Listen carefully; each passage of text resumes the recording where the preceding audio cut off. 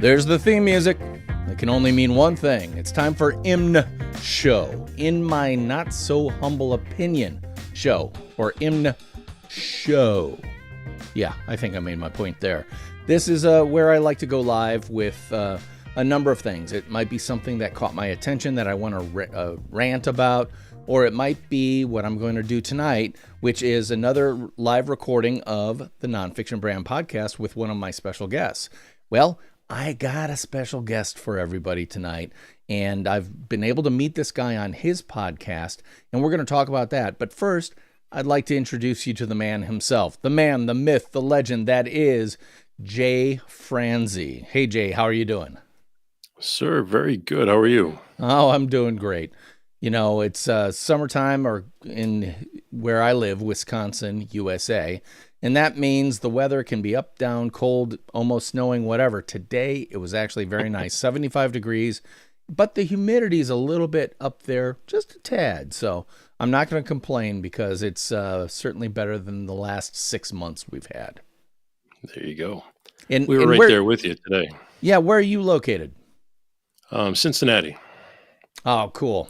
So it was about 75 here today as well, humid. Yeah, I think that we get the weather a little bit before you do. So, you know, as it comes from west to east across the United States. But anyway, so live stream viewers, we're doing the podcast record.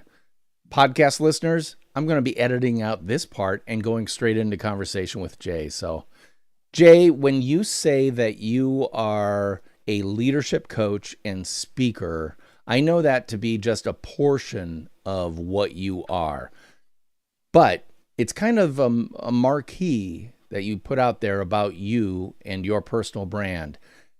How much of that actually represents the who that you are? That's a good question. I would probably say it's just a portion of who I am. I mean, I work in the world of operations and I lead a fairly large team of people. And I think that's where the leadership came from. I think that's where the mentorship came from, therefore the coaching. And I think that's what led into everything else. So I think just that synopsis is probably just a very little portion of who I really am. I like to think that I'm, working in the world of operations. I like to think that I'm a mentor to my team, but I would say also the coaching leads to outside of my team. I work with people outside of my team all the time. I had a coaching meeting right before this. So it's just the synopsis or the main point is to just help other people.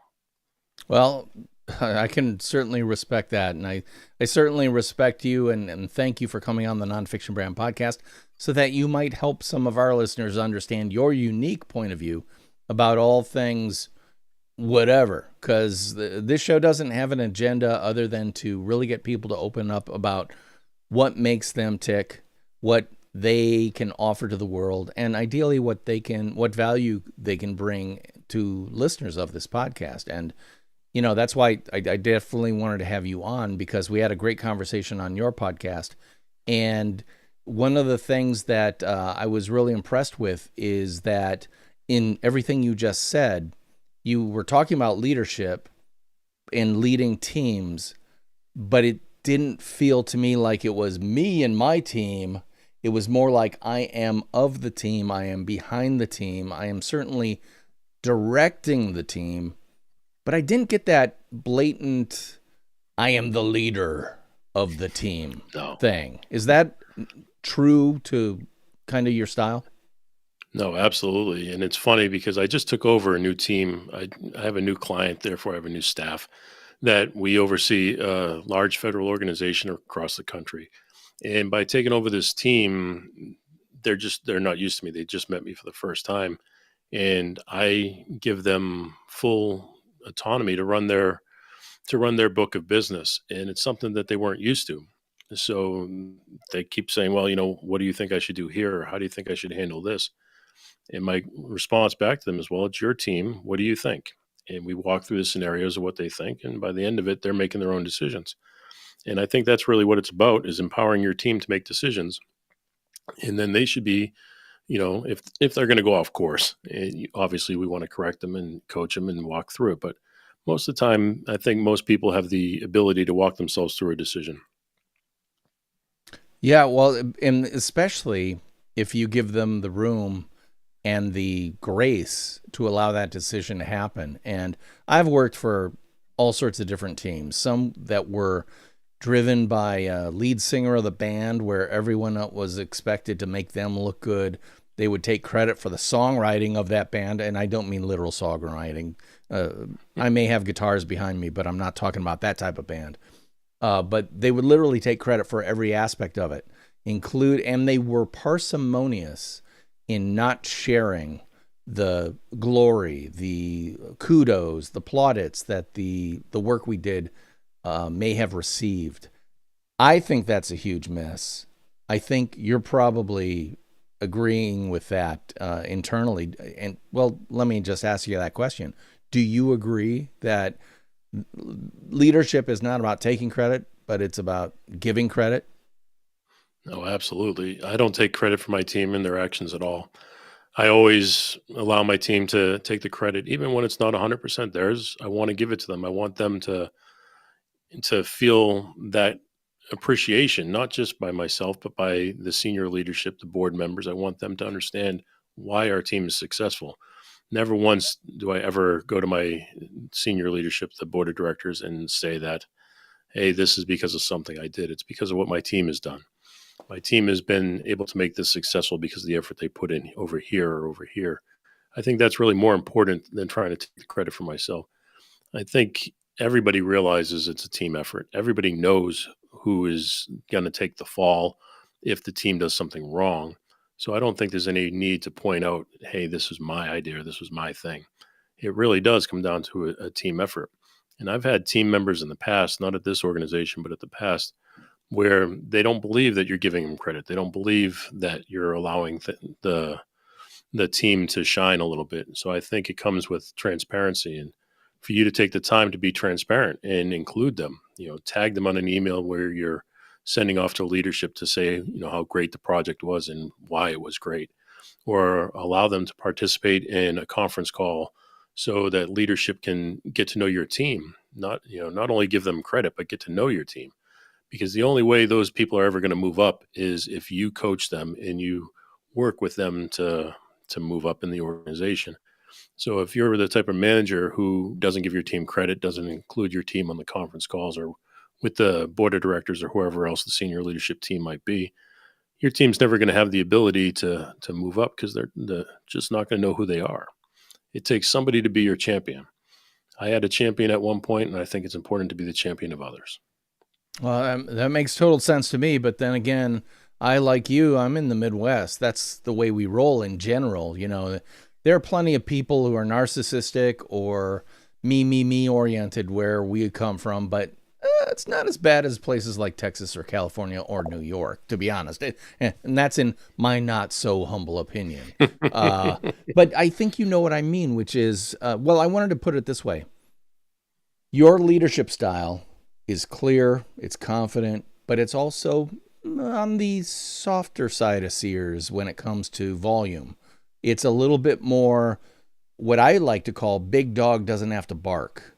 Meaning, when you're the big dog, all you have to do is be calm and definitive, and you've got everybody's attention in the room. When you're a small dog, you've got to bark and whine and, jump all over the place to assert your leadership, if you will. I know which style I prefer. I've worked for both, and I try to practice one of them. And let me tell you, the style I don't want to practice is the little dog style, if you know what I mean. No, I do. Have I captured kind of your point of view or your modus operandi when it comes to that type of leadership? No, I think you're spot on. I mean, I'm an Italian from Boston, so by nature, I should be loud and boisterous, which I'm sure in my younger days I was. But once I got married and realized what was truly important and sat there and worried about my career and how I would advance, that allowed me to reflect back onto what I was doing, and it allowed me to transfer that down to my team. And I think by taking that time to transfer it down to my team, that's what allowed us to grow, and it's what allows me to grow as a leader. So I'm very soft spoken at this point. I'm very calm, pretty even keeled. I don't get too excited. I don't get too upset. Just yesterday, I had a conference call where the person on the call was very, very angry. Just, you know, I guess they must have had somebody come down on them that day, but they were very angry, very, trying to push their point and push their point and push their point to the point of where they were trying to get a rise out of the people on the call. And to me, that's useless. I don't think that people should buy into that. They shouldn't bite and just sit there and state facts. Our world is nothing but facts. This happened over here. How should we handle it? This is what I did to handle it. What do you think? It's those type of things. It's just a factual thing. If we can stay calm and be factual, I think we're on the right path. Well, we have now established that you are a calm in the storm, no matter how stormy that storm might be, as an individual, as a leader, stylistically, etc.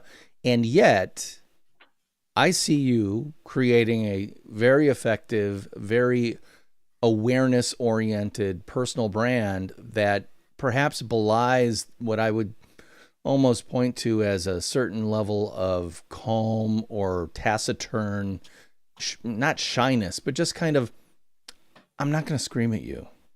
But at the same time, you want to take credit for that which you are and create that personal brand. When did you actually begin crafting, creating, or what I like to say, projecting and protecting your personal brand? When did that actually start? Oh, there's a good story, a good point. I used to work in the entertainment industry. I did that for almost 30 years, 30 plus years, I would say. I moved to Nashville. I wanted to work making records, and I did that, and I was able to work my way up, but it took a long time. It takes a long time to break into that industry. Those who typically break into it are those who can outlast everybody else. It doesn't mean you're more talented than anybody else. It just means you were capable of outlasting everybody else. It took you longer to get married. It takes you longer to develop a family. It takes you longer to get responsibilities that you have to pay for. And that was me. I took a long time to get there, and I was able to do it. But I did it without a mentor, any sort of formal help. And it took a long time to do that. And so I think now, as I reflect back on it, I could have got there quicker if I had known some of the things that I know now. So I took that information and I applied it to the world of security and operations. And I was able to advance in that career much, much quicker just by taking that information I knew. So I think, to answer your question, when I was in the entertainment industry, I was a recording engineer. I was the guy who pressed the big red button when the musicians played music, because I wasn't talented enough to play the music, so I still wanted to be part of it. So my strength was in pressing the buttons and making things sound a particular way. And I was one of the first people to have a website, and I just loved showing off the work. I wanted people to hear the stuff that I was working on. So before I was working on stuff that was on the radio, there had to be some way of delivering that information. So I put together a website, and I learned crafting websites. And then I realized, hey, people are looking at this website. People are listening to this music. So then I said, okay, so maybe I should start promoting myself to try to get more business. And I started doing that. Where it all came from was crafting that website, developing the funnel for new clients. And then I started working with people that were a little bit more advanced than I was. So they started asking for some assistance. So I started helping them do it. Then I went to teach at a college. I was the director of education at one of the audio engineering schools in Nashville. And I felt like I didn't have the respect of my students the way that I would like to. And I ended up releasing a book. And when I did that, all of a sudden it was like instant change, and the respect came from the students because they saw a book, and I was the only, instructor at that school that had written a book, and that somehow gave me credibility. And then I realized, okay, that's just another way of developing a brand, and that led into writing leadership books, and it just keeps snowballing, one thing after another. So it wasn't like I just woke up one day and wanted to do any one thing. There are things that lead to other things. Well, I couldn't agree with you more, especially when it comes to what you said early on about persistence. Longtime listeners of this podcast will know that I got my undergrad degree in theater. I was trying to finish an MFA in acting at the University of Southern California, and I didn't get that MFA. Instead, I got a DNF, did not finish, because I could not persist in that environment, because it was like a squirrel in the ocean. I was in the wrong place. It was not for me. I couldn't take it. It did not feel right. It did not feel authentic. All, plenty of different reasons why.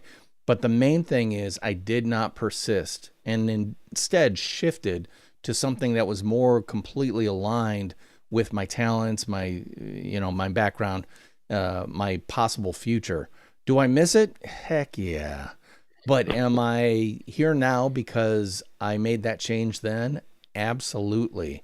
And when you talk about the snowballing, in my case, the snowballing started happening after I made that switch. And again, same thing, book. What a tremendous authority unlock for anybody who has a personal brand. A podcast, another unlock for someone who has a personal brand. It allows people like me to bring on experts like you and shine the spotlight on you. But again, as longtime listeners to this podcast know, I always say when you shine the spotlight on someone else, guess what? It reflects back on you. So Absolutely. by having Jay on my podcast, I am leveling up my personal brand by providing him a platform, et cetera, et cetera, et cetera. And before I go any further, I just want to shout out to one of the live stream viewers, Rayson Chu from Singapore. Hey, Rayson, it's great to see you watching on LinkedIn Live. Thanks, Very dude. nice. It's great it's great to hear from Southeast Asia, because, we here in the United States, we love to hear ourselves talk, but it's really great to get people like Rayson on the podcast and give a different point of view from the other side of the world. So that's one of the things I love to do, and why I'm enjoying talking with Jay Franze here. Franze, I'm going to say that again, and why I'm talking to Jay Franze here. Now, I listened to you as you describe your career, and it's like, what haven't you done, man? You were a engineer for music in Nashville. You're an operations guy who went, according to your resume, you're all over the place. And now you're working for a whole bunch of different groups at the same time. Is this all made possible because you made the decision a long time ago to start that snowball rolling and building your personal brand? No, I absolutely think it is. I know, again, if I take it back to the engineering world, I didn't know what I was doing at that time. And by taking the steps and strategically taking steps, I was trying to make a career out of it. And I did for, like you said, 30 years. And I think that was important. And I think taking those steps was important. And while I didn't have any formal mentor, I sure as hell did study under people that I was able to learn from. So I worked for some of the best, including a gentleman named Bob Bullock, who's produced countless albums. And so I learned from the best. And then taking that and applying it to a new career. So it didn't just happen overnight. I was working in entertainment, and as that field changed, and over the past 20 years, it has taken a very hard left turn. And if you wanted to work in the business, you had to change with it. So I was producing artists and recording artists, and they needed engineers to go on the road with them. So I tried that, and I went and engineered a few shows, and then I was working with them to line up the transportation for their shows, and that led into setting up the security for their shows and back and forth to the hotels and so on and so forth. And I really enjoyed working in the security portion of it, and I enjoyed the logistics and putting things together. And that's when I went and had a very serious conversation with my wife and said, "Hey, this is something I would like to try. Do you have any objections to this? We're going to take a serious hit in income. And because we have children, I'm the sole provider. My wife is a stay-at-home mom, a job that I could never do. But it was a decision we had to make together, and she was all for it. She said, "Absolutely, go ahead, give it a try. We'll at least try it for 6 months." So I did that. And within 6 months, I was entered into the world of operations and security. I got to work for one of the bigger companies in Tennessee at the time. And that led to another company that was a little larger, and then eventually led to another. And I just kept, as I was working, I was building up things like my LinkedIn profile and things that were visible to the public. And that's how headhunters found me. And I just kept rising. And I was lucky that I did things strategically to allow me to grow. So all the things I talked about doing in the entertainment industry, I was able to do much, much faster. And within a 5-year period of time in operations, I was able to grow from the bottom to the top. And then for the past, say, 6 or 7 years now, that's where I've been, is trying to help other people in my field, in my industry, grow to the top. And obviously that has led to teaching people outside of the industry as well. Well, you almost sound like the old saying about luck. It's where preparation meets opportunity. And it also sounds like you weren't afraid to experience things and discover stuff. Like if you said to your young self, hey, you're going to have a business that deals in security for music acts, would your younger self ever believe that? Never in a million years, no. Exactly, No, because you didn't know it existed. But by no, and I just taking wanted to be in the music portion of it. right, but by being and trying that, you were exposed to many different areas that are sub areas within that business. That then, by the way, the things you learned for creating secure environments for performers for music acts, that translates to secure places and for businesses. So security is not something that only exists in one area. It goes across sectors. So that opens up a whole lot of doors. And again, we don't need to go into every aspect of your resume, but you can see the kind of what I like to think of as a cat's path across a field. There's no such thing as a straight cat path across a farm field. It's going over here, something over here. It smells something. It crosses back over it, weaves all the way. You never know where it's going to go. And yet, once you look back, you see that everything was heading in the same direction. Steve Jobs' famous Stanford commencement speech talks about you don't see the connection of the dots until you turn around and look at those dots and see how every dot connected to you to where you are today. But I'm going to say, my humble opinion, the big dot that allowed you to do this was the one where relatively anonymous engineer in Nashville decides there's this new thing called the internet, and I can probably create this website. And by the way, unlike my fellow music engineers who are relatively anonymous to anyone outside of Music Row, they aren't doing it. You did. You took that opportunity. You made that big step. And then and it wasn't a big step. Let me change the metaphor. It wasn't a big step. You scooped that small thing of snow, packed it tightly into a small snowball, and then set it rolling. Not knowing exactly where it was going to go, but it's taken you to where you are now. And I find that fascinating because, again, I think listeners can tell you're a soft-spoken man who commands attention. The people, especially who are watching the live stream, will know that you've got a certain presence about you that is very calm and yet authoritative. It's what I said earlier. Big dog, Please don't tell gotta my wife. bark. So is it okay if I call you a big dog, Jay? Yeah, I need you to talk to my wife a little bit more often.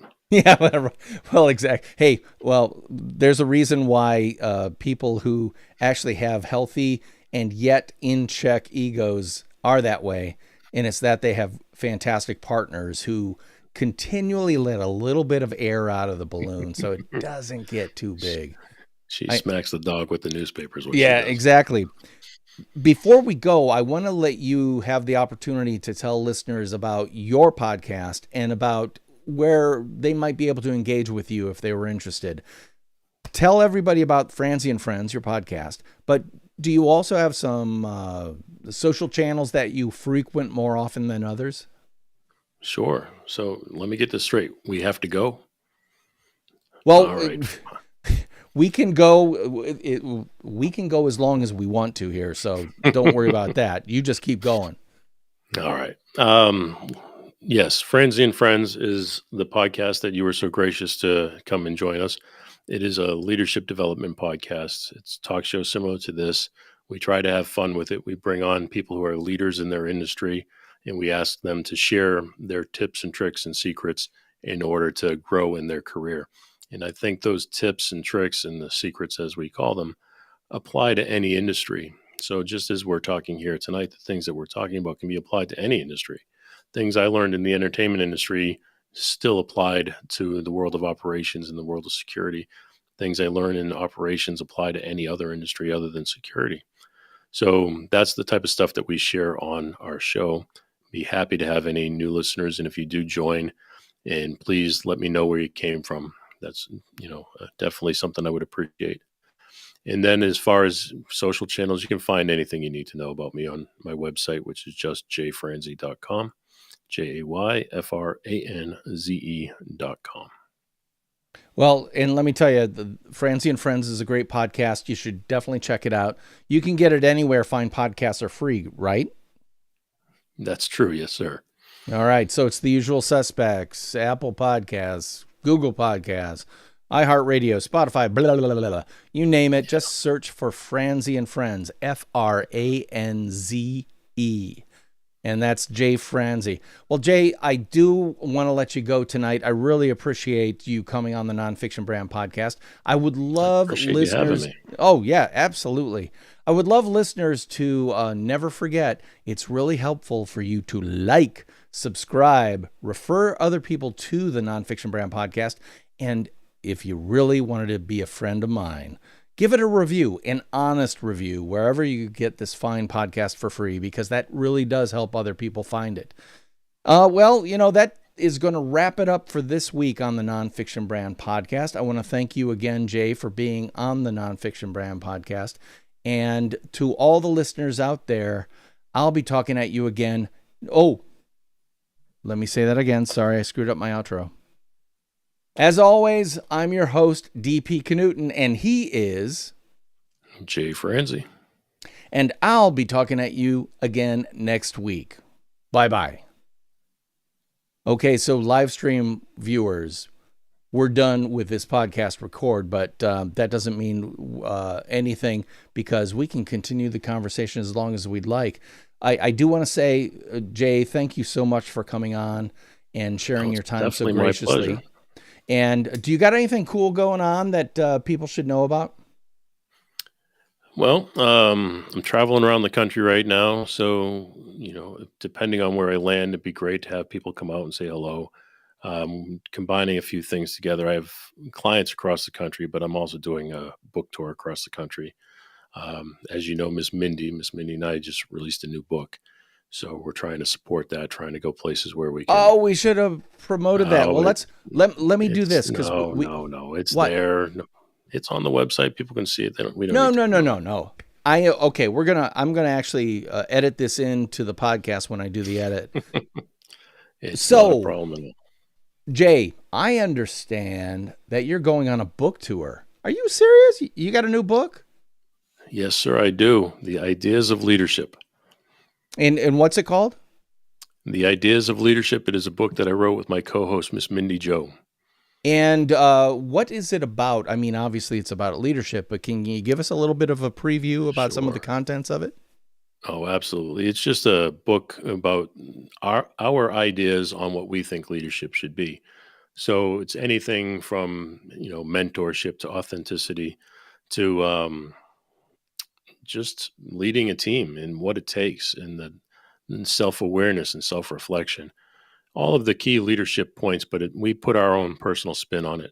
Miss Mindy Joe is a teacher, and she puts her spin on it, while I take a more corporate approach to things. And we just try to throw our ideas out there and see if we can help anybody. So far, it's only been out for a short period of time, but so far it's had some really good feedback. Wow, that's fantastic. So give us the title again. Is it available on Amazon or in stores or what? It is available wherever you would like to purchase a book. And he's leaning down to pick up a copy of it. There it is. The Ideas of Leadership. The Ideas of Leadership. Jay Franze and Mindy Jo. What's Mindy Jo's last name? Miss Mindy Jo Regal. Mindy Jo Regal. Well, definitely check that out. That's Jay Franze, Franze, and Mindy Jo Regal, Riegel. And that's available on Amazon.com. That's probably the easiest place to find it. Definitely check that out. I know I want to as well. Again, okay, pause. I'm going to cut this right back into the podcast. See, this is the one thing I like about live streaming. You get to see the dirty side of the business, which is, oh crap, I forgot that. Can you say it again? You know, because let's face it, it's not perfect, but you know, that's why editing was invented. Show, they know that. Yeah. So, how many podcast episodes do you have with going on with Franze and Friends right now? We just released 136 this week.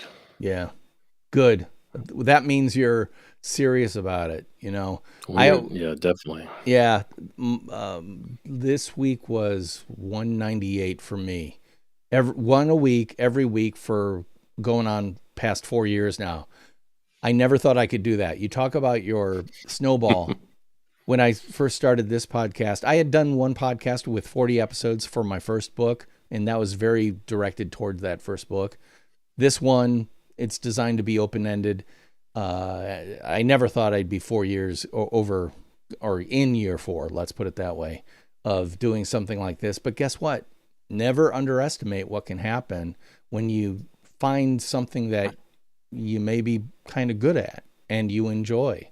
I mean, obviously, you've undoubtedly followed the things you're good at and enjoy throughout your career. No, I love it. I love doing the podcast too. I mean, it's fantastic. I don't know. Were you on the show with Keith and Mindy or just myself and Mindy? Just you and Mindy. Yeah. We had a gentleman, Keith, that appears on our show every once in a while too, as a third host.